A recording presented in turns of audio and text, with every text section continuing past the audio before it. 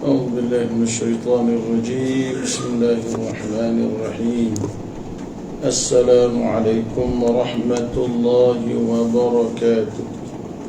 الحمد لله رب العالمين، والصلاة والسلام على أشرف الأنبياء والمرسلين نبينا محمد وعلى آله وصحبه أجمعين. سبحانك لا علم لنا إلا ما علمتنا إنك أنت العليم الحكيم، ولا حول ولا قوة إلا بالله العلي العظيم. اللهم علمنا ما جهلنا وذكرنا ما نسينا. Kawan dikasih sekalian, alhamdulillah kita bersyukur pada Allah Subhanahu wa taala atas limpahan nikmat-Nya pada kita semua. Dapat lagi kita menambahkan bekalan ibadah kita pada Allah Subhanahu wa taala. Insya-Allah malam ni tersambung lagi bacaan Al-Quran kita pada muka surat 276, surah An-Nahl. أعوذ بالله من الشيطان الرجيم. بسم الله الرحمن الرحيم. والله جعل لكم من بيوتكم سكنا وجعل لكم من جلود الأنعام بيوتا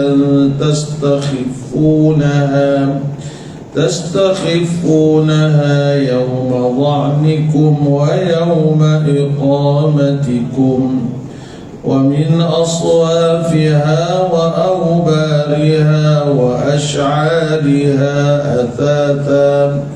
أثاثا ومتاعا إلى حين. والله جعل لكم مما خلق ظلالا وجعل لكم من الجبال أكنانا وجعل لكم سرابيل تقيكم الحر وسرابيل تقيكم بأسكم، كذلك يتم نعمته عليكم لعلكم تسلمون. فإن تولوا فإنما عليك البلاغ المبين. يعرفون نعمة الله ثم ينكرونها وأكثرهم الكافرون. ويوم نبعث من كل أمة شهيدا ثم لا يؤذن للذين كفروا ولا هم يستعتبون. وإذا رأى الذين ظلموا العذاب فلا يخفف عنهم ولا هم ينظرون. وإذا رأى الذين أشركوا شركاءهم قالوا ربنا هؤلاء شركاؤنا الذين كنا ندعو من دونك فألقوا إليهم القول إنكم لكاذبون. وألقوا إلى الله يومئذ السلم وضل عنهم ما كانوا يفترون. الذين كفروا وصدوا عن سبيل الله زدناهم عذابا فوق العذاب بما كانوا يفسدون. ويوم نبعث في كل أمة شهيدا عليهم من أنفسهم وجئنا بك شهيدا على هؤلاء ونزلنا عليك الكتاب بيانا لكل شيء وهدى ورحمة وبشرى للمسلمين. Inna Allah ya'muru bil 'adli wal ihsan wa ita'i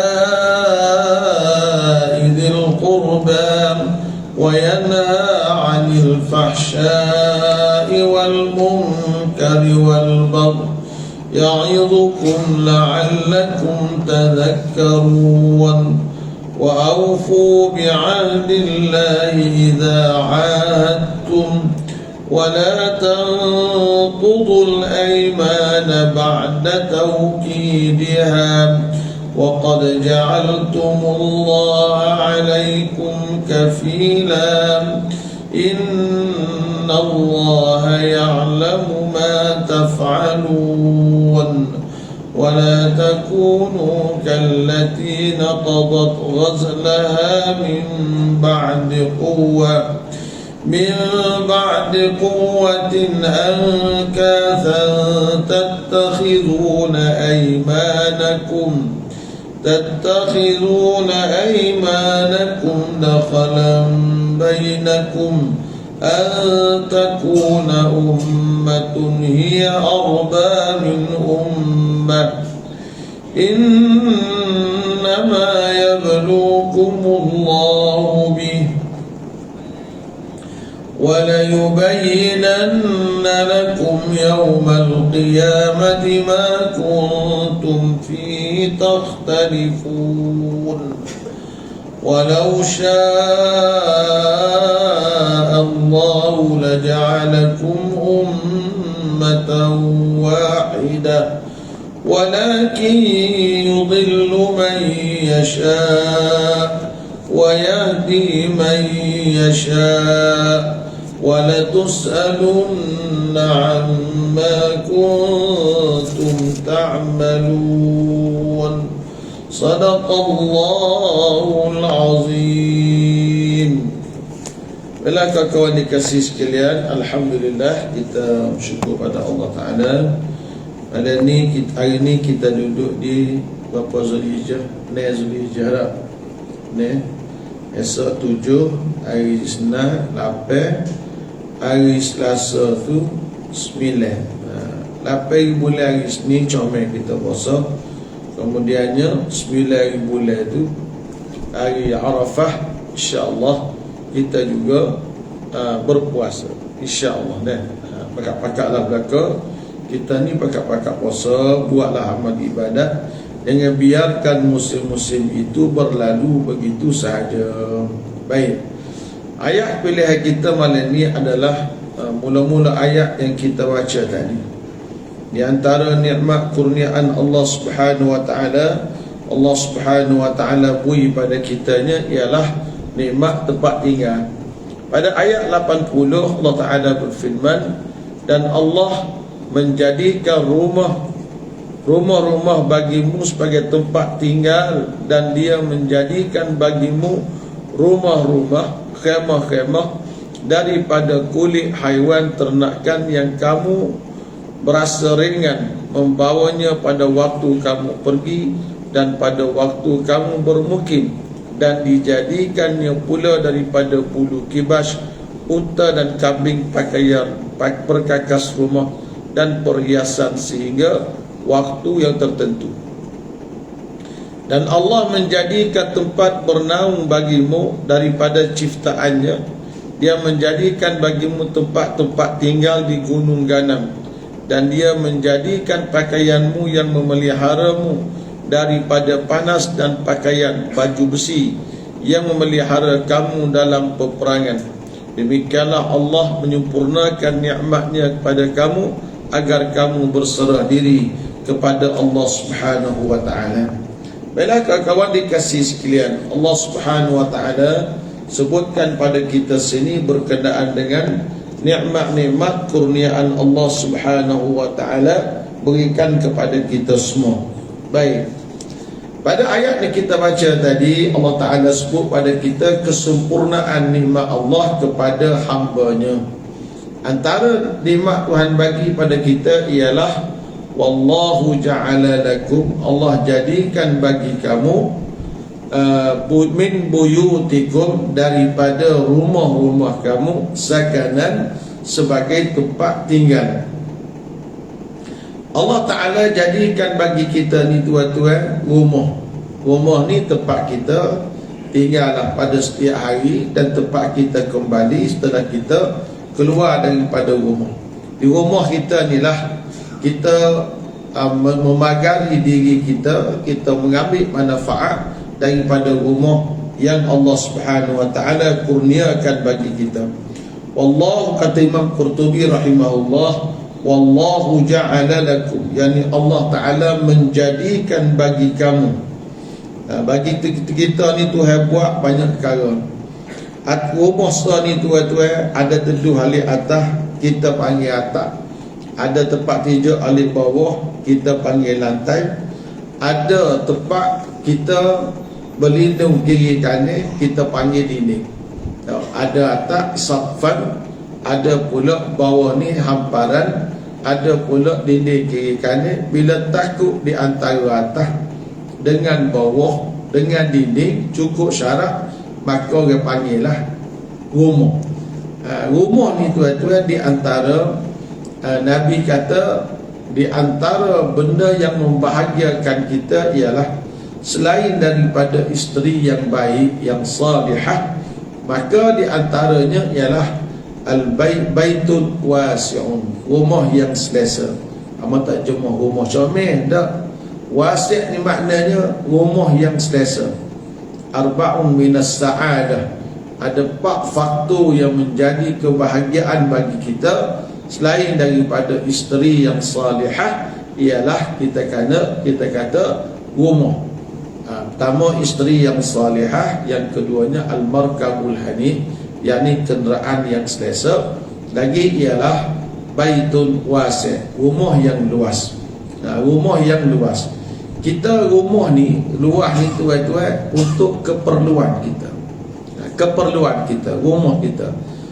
Bukan kata kita katakanlah kalau kita buat rumah besar melebihi daripada keperluan. Ada nikmatnya pada kita tetapi kita tidak gunakan nikmat itu. Katalah kita buat rumah 3 tingkat, kita duduk sekelami, boleh tak? Tak, cuba tuan-tuan tanya orang rumah 2 tingkat, rumah dia 60 ke atas, dia duduk atas ke duduk bawah? Duduk bawah. Berapa kali sehari naik tingkat atas? Amu duduk buat dengan orang-orang pemilik rumah 2 tingkat. Dia kata dia naik rumah dia di atas tu setahun duk rasanya 2 kali. 2 kali setahun naik di atas.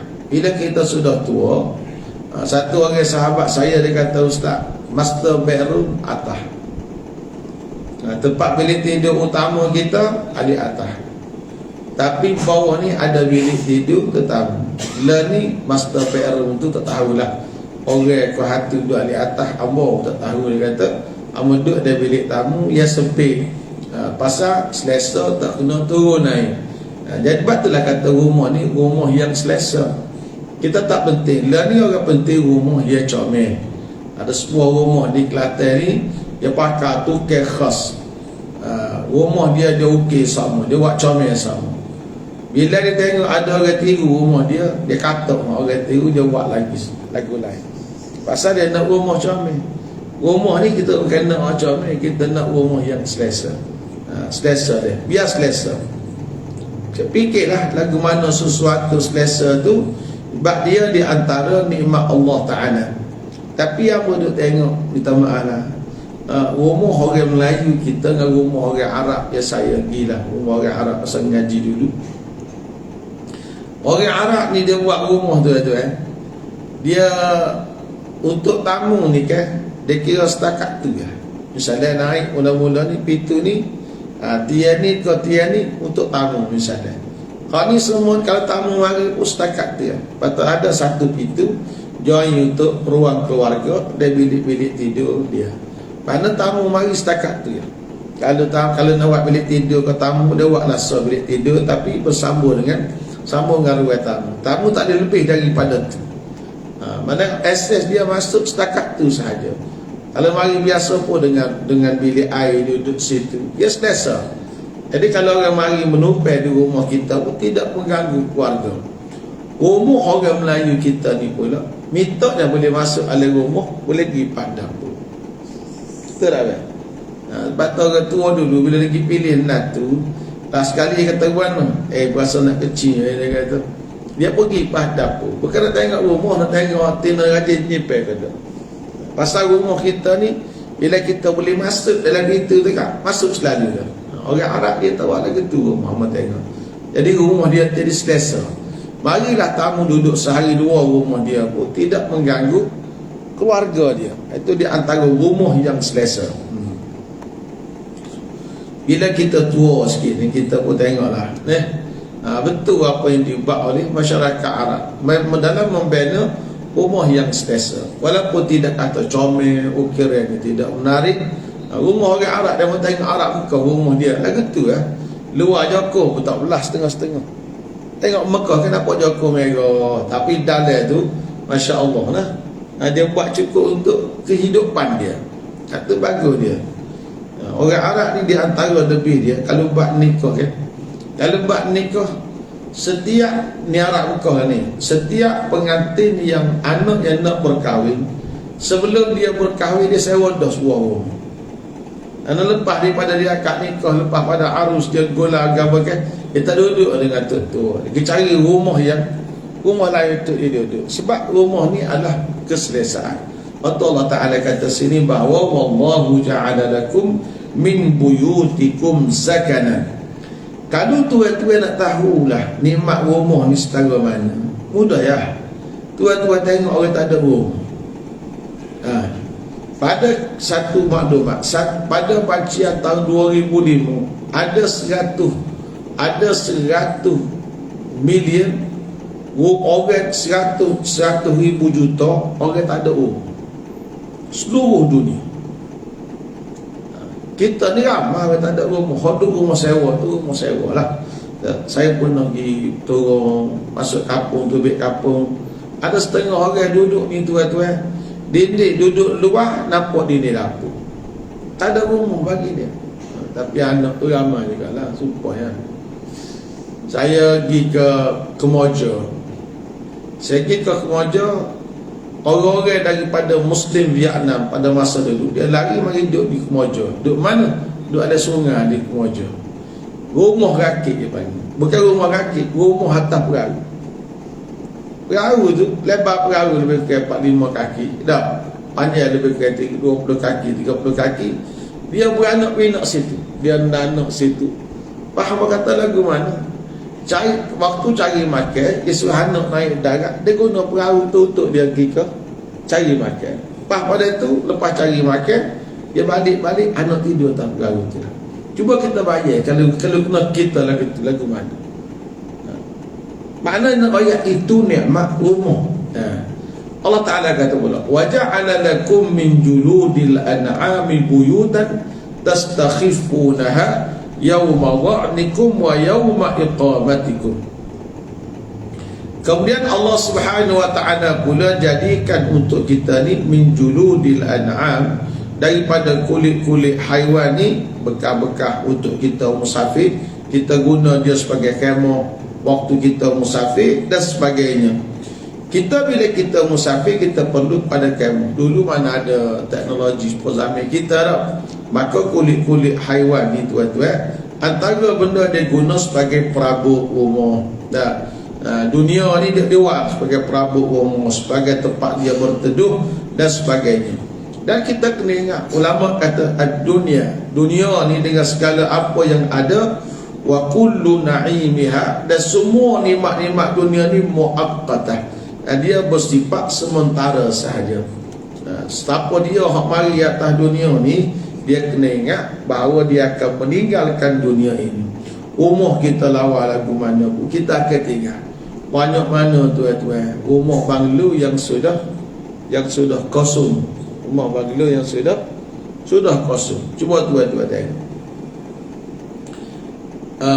Semalam saya daripada Tanah Merah, rumah abang Tanah Merah, nak balik Kota Baru, tapi abang singgah berkuliah di Masjid Lemah. Abang tengok daripada Tanah Merah, Bukit Panang, nak sampai ke Lemah ni, Pasir Mas ni, rumah-rumah besar, kiri kanan jalan gelap. Kalau rumah besar kiri kanan jalan ni gelap, maknanya tidak berpenghuni. Betul tak? Gimana tuai dia? Tuai dia gimana? Bagi hamba mungkin kemungkinan besar anak-anak dia sudah besar, sudah berjaya bawa diri, mungkin mati dua-dua atau mati salah seorang, maka ayah tinggal kampung halaman, duduk di sama-sama dengan anak-anak dia. Pada tuan-tuan, dunia ni kata tempat yang muaqqatah, tempat yang sementara. Laha ajalun wa yanqadi. Dunia ni dia kata ada tempohnya dan akan berlalu. Tak sedar usilah. Oleh kerana tu, fala taghful an rahilik. Jangan sekali-kali kamu lupa akan pengembaraan kamu. Rumah besar-besar tinggal. Saya balik malam-malam masuk ke kampung. Duduk di kampung Huda, tuan-tuan. Rumah saya tentu lagi kawan isteri, Balai Islam, Lakota Filai, isteri. Sebelum flyover tu masuk alik kiri, kampung Huda. Di kampung Huda ni, kampung saya duduk ni, saya rasa ada 10 butir rumah banglo yang tidak berpenghuni. Tidak berpenghuni. Rumah 2 tingkat, cukup lengkap. Maknanya ada satu rumah tu, saya pergi masa tu dia hidup lagi. Dia panggil yang pergi di rumah dia mocik lah, mocik tu panggil, tanya hukum, meraihkan mocik tu, pergilah rumah dia. Mocik dia sudah meninggal, anak-anak dia berjaya duduk di luar Kelantan belaka. Rumah ni kata orang Arab, rumah mafrusyah, yakni cukup dengan perabot, cukup dengan hiasan rumah, cukup belaka. Berkali mocik tu kalau ada lagi pun 80 lebih dah. Anak tak lagi duduk dah sini, duduk di Kuala Lumpur dengan anak-anak. Rumah dia yang besar tu, 2 tingkat tu, tinggal begitu saja. Tinggal begitu saja. Itulah ulama kata kita bahawa ingat mana dia kata, nikmat dunia ni nikmat yang akan berlalu. Fala taqfu wala taghtarru bituli amalika an dunuwi ajalika. Jangan kamu tertipu, dia kata, dengan panjangnya angan-anganmu terhadap dekatnya ajalmu. Kita kena ingat molek ni. Yang kita lupalah panjang angin. Tapi kalau orang lain ni, sebab kita ni terpengaruh dengan suasana orang lain ni, nak menunjukkan kemewahan dan sebagainya, maka kita terjebak dengan hutang yang banyak. Lah ni kita hajut kecek ke, anak tua-tua yang masih bekerja ke, bila kita kerja, kita kena buat rumah untuk kita hidup. Rumah kita ni menanggung beban fikiran yang terlalu lama. Saya guna istilahnya, kita buat loan, siapa masuk loan. Kita buat loan, LOAN, loan, pinjaman. Siapa masuk loan. Tahu loan? Tahu loan yang kedua? Loan lebih kubur. Tuan-tuan sendiri pun alami zaman yang sama. Dan lepas pada pecen barulah habis bayar rumah belaka. Kadang-kadang tak ada habis bayar rumah, muncullah takafur tu ada. Encik takafur tu ada, tolong jamin. Kita punya hutang. Kalau tidak di akhirat kita bawa hutang. Saya tengok setengah-setengah orang buat rumah kata pandai dengan gaji tuan-tuan. Rumah, ada seorang kenalan saya ni, dia buat rumah 800,000. 800,000, Syekh, berapa tahun yang tak bayar? Anak bayar kat 40 tahun. Dia kata tak cukup lagi, anak ada tanah saka, anak jual tanah saka 300-400,000, anak topak atas rumah ni, dia buat seputi rumah 800,000. Nama kata dia, mahal lah, bukan saya duduk sekali kata mu ni bodoh. Saya kita lah terkecek dia, bodoh tidak kamu. Sebab rumahmu yang besar mu buat ni, kalau mu mati, tentulah mu kena jual rumah ni. Sebab anak-anak mu akan nak saka, nak boleh kelaku pun susah ada. Tapi inilah tuan-tuan realiti orang pada hari ini. nak menunjukkan kemewahan. Kalau kita hidup sederhana, amun rasa tidaklah menghadapi masalah hutang yang banyak. Hutang ni pula dia berisiko kita dengan akhirat. Dunia lah ni mengajar kita hidup dengan hutang. Rumah kita hutang, kereta kita hutang. Lah ni minta ya kawan kapok pun hidup dengan hutang belakang. Apa guna istilah orang kampung kain pagi makan pagi, kain petang makan petang. Orang kerja di pejabat ni pula pergi pagi ke petang, boleh gaji bayar hutang. Bayar hutang. Kita habis hutang ni bila kita pencing. Ada setengah orang lepas dia pencing lah, hutang rumah dia sampai 10 tahun. Ada saya kenalan saya, habis bayar rumah dia umur 79. Lem dia tidak kena bayar sampai umur 79. Tuan kata berat dah ni. Pasal mati lah nanya dia. Dia kata tak kafur bayar dah, aku tekah tu mati dah. Kita nak royak pasal kita penting ke rumah tapi melampau. Boleh buat rumah besar tapi jangan kita melampau. Rumah besar yang biasa. Contoh buat rumah model sekolah. Naik dia Pak Watan. Tarik di atas sekat-sekat. Tapi tawahar pun kita boleh buat dengan selesa, tak ada masalah. Saya bagi khusus pada anak-anak muda yang nak berkahwin. Saya kata adik-adik edukasi sekalian, Ustaz nak rayak awak, daripada awak duduk di rumah sewa, baiklah awak beli tiang lari 4 batang, awak letak atas alik atas, tak seming dinding, pakai zinc pun tak apa, duduk situ. Lebih bahagia daripada awak duduk di rumah sewa dengan duduk di rumah kali dengan mak ayah awak. Sebab Allah Ta'ala suruh kita ada rumah. Tuhan buat rumah kita sakanan. Sakanan mana tempat kita duduk dan kita mencari ketenangan. Kita boleh merehatkan anggota kita daripada bergerak. Di mana kita berehat, kita duduk dalam rumah kita. Ingat balik. Kemudian Tuhan kata lagi, wa min aswafiha wa awbariha wa ash'ariha athatan wa mata'an ilahin. Allah Ta'ala jadikan daripada bulu kebah, huta, kami ni perkakar rumah dan perhiasan sehinggalah kepada waktu yang tertentu. Allah Subhanahu Wa Ta'ala buat untuk kita. Athatan maknanya kita jadikan ia sebagai alat.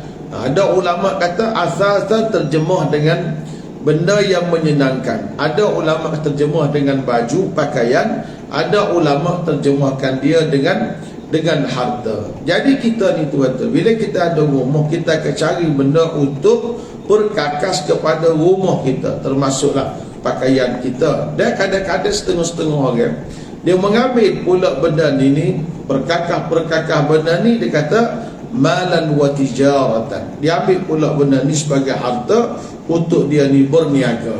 Dia ambil haiwan-haiwan yang Tuhan buat ni untuk dia jual. Dia jual pula, dia akan menyara kehidupan dia. Dia jual lembu, dia jual unta, dia jual kambing dan sebagainya untuk dia menyara kehidupan dia. Wallahu ja'ala lakum mimma khalaqa dhilala. Allah Subhanahu Wa Ta'ala juga menjadikan daripada apa yang dia buat tu sebagai naungan bagimu daripada ciptaan Allah. Tuhan buat untuk kita ni nikmat yang kita lupa. Apa dia tuan-tuan? Dhillul asjar. Bayar pokok satu nikmat. Tuhan buat binaan bagi kita satu nikmat. Tapi nikmat-nikmat ni kadang-kadang kita lupa. Bayangan pokok satu nikmat. Duduk bayar pokok ni tuan-tuan, sedap. Tak bayar pokok, kita lupa.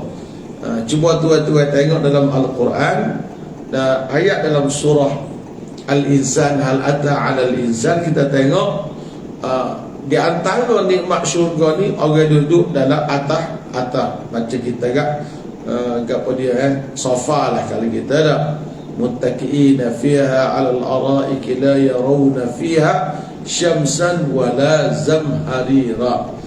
Duduk mana? Duduk atas sofa. Muttaqiina fiha 'alal ara'ik. Muttaqi duduk bertukar. Lagu tu dia kata alal araik, atas dia kata arikah, pada sofa-sofa dia. La yarawna fiha syamsan, tempat duduk ni kan tidak kelihatan padanya matahari. Maknanya ada bayar lah, duduk bawah bayar, duduk bawah bayar ni tu. Nikmatnya Allah Ta'ala buat kita boleh duduk di bawah bayar. Waktu kita tengok setengah-setengah negara dia tanam pohon kayu di jalanan untuk orang jalan dengan teduh. Kita tu yang suka bulan ni kan kita banyak di Indonesia. Kalau kita pergi ke Bandung je, Bandung kita boleh tengok pohon kayu berwarna-warni besar di tengah bandar. Nak tempat pokok ni dia satu masalah tempat dia. Peraturan kajian dia ketat pada memelihara alam. Sekali yang pergi ke Ho Chi Minh, pergi Ho Chi Minh terjumpa sebuah rumah pohon kayu di tengah pokok, di tengah rumah. Dia dalam bandar Ho Chi Minh. Kadang kita tengok dekat dengan Pulau Tai Hok Sa tu, ada rumah kayu, rumah biasa. Pohon kayu di tengah rumah. Dia bagi pihak PBT dia bagi buat rumah, tapi pohon kayu tak ada tebal. Jadi dia pun buat rumah tu, tu rapat buku pohon kayu. Nak buat rumah buat atas tanah, tapi nak tebal tak boleh. Dia nak menjaga alam dia. Tengok, Allah tengok setengah negara ni dia menjaga pohon kayu. Pasal pohon kayu ni satu nikmat. Selain daripada masalah oksigen dan sebagainya, satu teduhan yang orang kata nikmat Allah yang dilupakan oleh kita semua. Pak kita ni pula naik orang hak kena pohon kayu, dia tanam. Pecing hak kena pohon kayu, mari pula terbahi pohon kayu, dia tebal. Tengok, tak ada besar pokok, tebal. Kita perhati di sekeliling kita, tak ada besar pokok, tebal. Lepas tu mari hak bahi pula, panen pula pokok. Lagi tu apa tengok. Ada tempat orang ramai saya pergi dari kawasan kita lah, di Kelantan kita. Tak apa kenal satu orang tu. Apa kata guano tebal pokok tu kawasan pasar tu. Comel pokok tu. Pokok kita malah nyapu. Dia tebal pokok. Dia jawab malah nyapu tebal pokok. Dia kata la ilaha illallah. Nikmat Tuhan pohon kayu ni tuan-tuan. Sebab itulah kena ada pohon kayu tu, pasal dia menyejukkan, sejuk. Bagi setengah-setengah kawasan masjid yang luas, kalau tanam pohon kayu di sekitar masjid tu tuan-tuan, tak payah pakai aircon. Buat masjid terbuka sikit, alir angin tu comel, tak payah pakai aircon, selesa malam pasal pohon kayu. Di sini Tuhan kata ni, wallahu ja'ala lakum mimma khalaqa zilalan. Ulama kata kesimpulan ayat ni, zillul asjar, bayangan pokok dan bangunan, minan ni'ami, di antara nikmat Allah yang kita lupakan. Kita dia kata kita tidak berasa pentingnya nikmat bayangan kayu ni kecuali oleh orang yang bekerja di tengah panas. Kalau tengok orang kerja tengah panas, bila kita kerja tengah panas, seluruh panas sikit, kita pergi berehat mana? Pohon kayu. Kita pergi berehat pohon kayu. Jadi pohon kayu ni nikmat dia tu dirasai oleh orang yang bekerja di tempat panas. Kalau lupa kita ni panas sikit, ekor orang lelaki ni piti banyak belakang, tak pakai ekor dalam rumah. Pi buruh-buruh yang bekerja tempat-tempat panas, buruh-buruh binaan ni, mana tempat dia berehat di bawah pohon kayu. Maka kita kena faham bahawa pohon kayu ni satu nikmat yang Allah Subhanahu wa taala berikan pada kita semua. Wa ja'ala lakum minal jibali aknanan wa ja'ala lakum sarabila taqikumul harra wa sarabila taqikum ba'sakum kadzalika yutimma ni'matahu 'alaikum la'allakum tuslimun. Dan dia menjadikan pakaianmu yang memeliharamu daripada panas dan pakaian baju besi memeliharamu dalam peperangan. Demikian Allah menyempurnakan nikmatnya kepada kamu agar kamu berserah diri kepada Allah Subhanahu wa taala. Allah Subhanahu wa taala jadikan untuk kita juga tuan-tuan sekalian, kita panggil pakaian.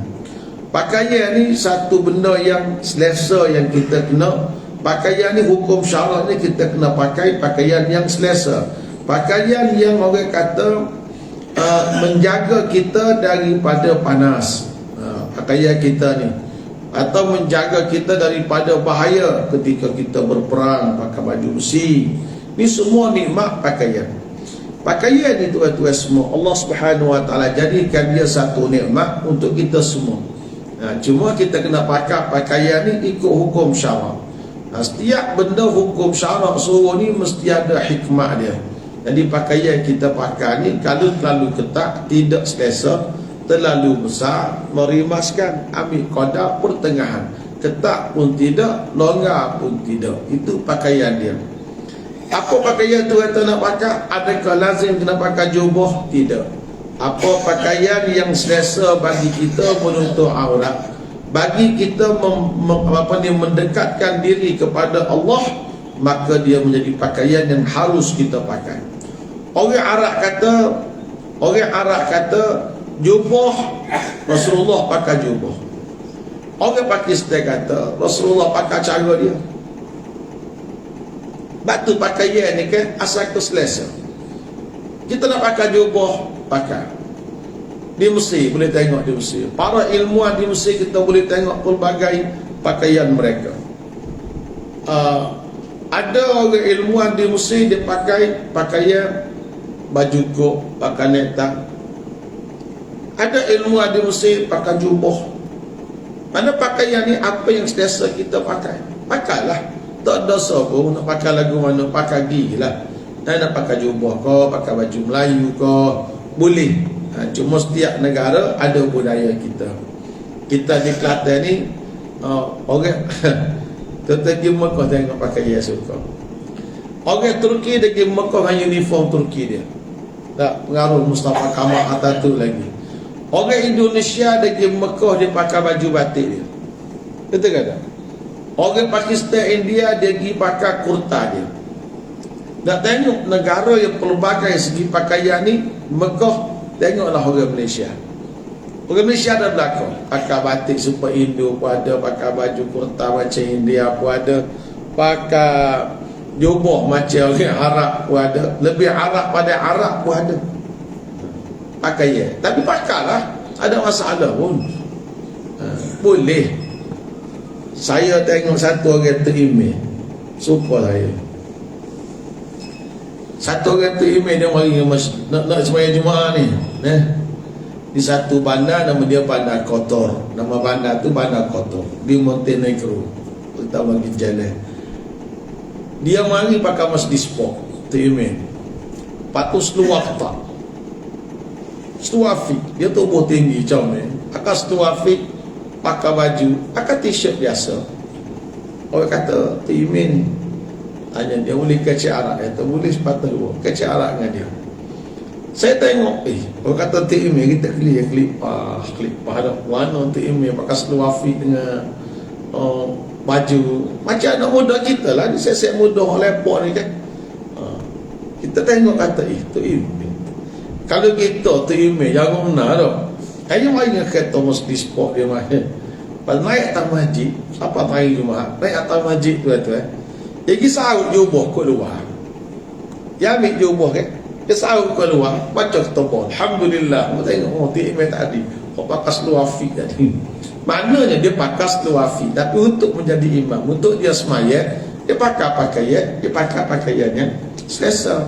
Sudah sabar dengan dia, seorang Timin. Jadi adik-adik kita dah ni dia pakai seluar jenis fit dah, jenis seluar cawak sikap, baju dia pakai. Anak-anak jatuh orang muda-muda tak salah dia nak pakai gila kalau tidak nampak aurat dia. Tapi untuk semayat dia sahutlah pakaian tu luar, dia boleh menutup akan aurat dia. Masalah anak-anak kita dia pakai seluar fit, seluar kecil, lepas tu cawaknya sikap. Bila ada pergi semayat, bagus dah pergi semayat tu, tangan dia tunduk tuan-tuan, rokok sujud. Nampak dah GPS dia tu, tahu GPS, lurah-lurah dia, satu orang punggung dia nampak. Jadi menyebabkan semayat dia tidak sah. Jadi rayanya pakaian ni tu awak nikmat kita pakailah tuan-tuan. Pakaian biasa kita nak pakai, kita pakai waktu pergi kita pakai, orang pakai baju si yang menjaga diri kita daripada apa-apa benda mencederakan kita. Allah Ta'ala kata, kadzalika yutimmu ni'matahu 'alaikum la'allakum tuslimun. Demikianlah Allah Subhanahu wa Ta'ala sempurnakan nikmatnya kepada kamu. Jadi kita pakai untuk kesempurnaan hidup kita, supaya kita semua ni berserah diri kepada Allah, menjunjung akan segala titah perintah Allah. Sebab tu setengah ulama menamakan surah An-Nahl ini dengan nama suratu An-Ni'am, surah nikmat. Satu lagi bab bayan. Dalam bab bayan ni tuan-tuan semua, ulama kita sebut satu hadis Nabi SAW. Dia kata, ittaqu al-la'anaini. Qalu wa man la'anaini, wa man la'anani ya Rasulullah. Qala alladhi yatakhalli fi tariqin nas aw fi dhillihim. Nabi kata, takutlah kamu akan dua jenis manusia yang dua perbuatan yang disumpah. Gapo dia tuan-tuan semua? Iaitu apabila seseorang itu dia buai air dua tempat. Dua tempat ni yang dia buat nak buai air, ni dia ucap perangai. Yang pertama ialah di tempat laluan orang. Tak boleh. Kalau dia buai air tempat laluan orang ni, dia akan dikutuk oleh orang. Berberak kecil koseh. Kalau kita duduk Mesir macam itu kan, bukan Mesir ni rakyat ramah. Di tes sembah bukan Arab Mesir pakai jubah. Orang nakal-nakal tu nak kecil, dia pun duduk cokoh. Bukan duduk rapat pun, duduk cokoh tengok gitu kan. Muka jubah kan. Kalau kat tengok air mengalir. Air mengalir ke bawah. Air kau, air kecil dia kecil tadi. Kecil di tes sembah. Maknanya tak boleh kecil tempat orang ramai ni. Kecil tempat orang ramai ni mengganggu orang, tak boleh. Ataupun kecil tempat orang beristirahat, tak boleh juga. La'an sini dua perkara. Wah bayar pokok tempat orang beristirahat, tak boleh. Ataupun di jalanan nak kecil tepi jalan, tak boleh. Kalau duduk Mesir yang begitu, memang top lah masalah kecil ni. Dalam warna keherah ni tuan-tuan, kadang-kadang kita jalan kan, dede tak boleh nyana. Tak boleh nyana dede. Pasal apa? Dede tempat orang kecil. Oh haji. Tepi-tepi dekat dengan Masjid Al-Azhar, kadang-kadang pacam dede begitu ya. Tempat orang ramai. Hal ni lagu ni Tuhan tak bagi, Nabi tak bagi. Sebab dia akan mengganggu orang lain. Jangan kita kecil empat-empat pasal-pasal lah. Atau orang cerita lah. Orang cerita ni satu cerita nakal. Satu kali orang besar mereka bagi melawat di Mesir. Yang orang besar mereka ni kami orang Mesir. Dia kata, mana tempatmu? Dia kata, kecing habis tepi-tepi jalan. Kecing tepi jalan. Jawab ke orang mereka, jawab orang Mesir. Dia kata, negara mu ada kecing tepi jalan. Kecing dia tepi jalan, negara mu ada. Satu kali rombongan balah, orang Mesir pergi melawat mereka. Dia kata tu ada orang kecing tepi jalan. Pak mu tanya aku mana tempatmu ada juga. Ya, dia kata acu kita dekat dah tengok. Kita tengok rupa-rupanya orang Mesir juga kecil dia mereka. Cerita nakal sahaja, bukan tak ada kena-mengena. Cerita nakal. Namanya budaya kecil dede ni. Jadi kecil tempat orang ramai ni tuan-tuan tak boleh. Tak boleh. Kita lah ni tak ada dah budaya ni. Kecil kita duduk jamai dah. Kita ni lagu tu. Lah ni kita Malaysia ni moden lah, kecil jamai. Ya setengah orang empat negara yang kata susah-susah ke apa tu, ada lagi lah. Mak kecil-kecil, kosir-kosir ni. Kalau dulu kau pergi ke Mojo tahun 90-an dulu, tanya mana jamai nak berak. Saya kita pernah kena lagi ke Mojo tahun 90-an.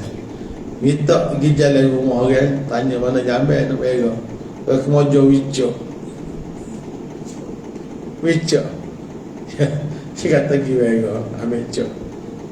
Bahasa Wicok. Anda pun cakut di berak situ lah. Ni tahun-tahun dulu lah. Dan ni tak ada dah. Hatta di Kemojong pun tak ada dah tuan-tuan.